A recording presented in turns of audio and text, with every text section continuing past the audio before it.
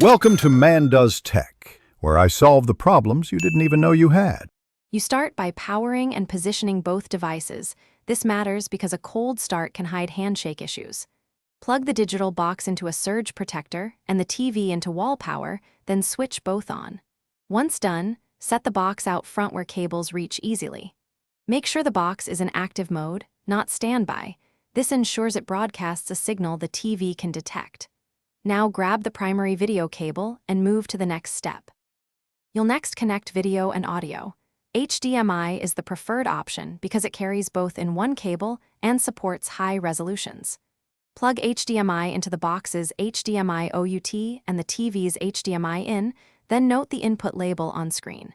If HDMI isn't available, use coax or component, match colors and connectors and tighten securely.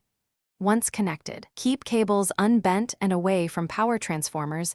You finish by configuring signal and picture settings so everything looks right.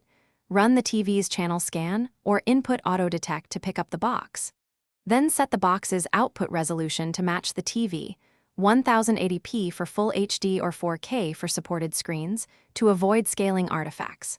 Once done, test audio and remote control functions. If you see no signal, check power at both ends, reseat the video cable, and confirm the TV is on the correct input. Often a loose cable is the culprit.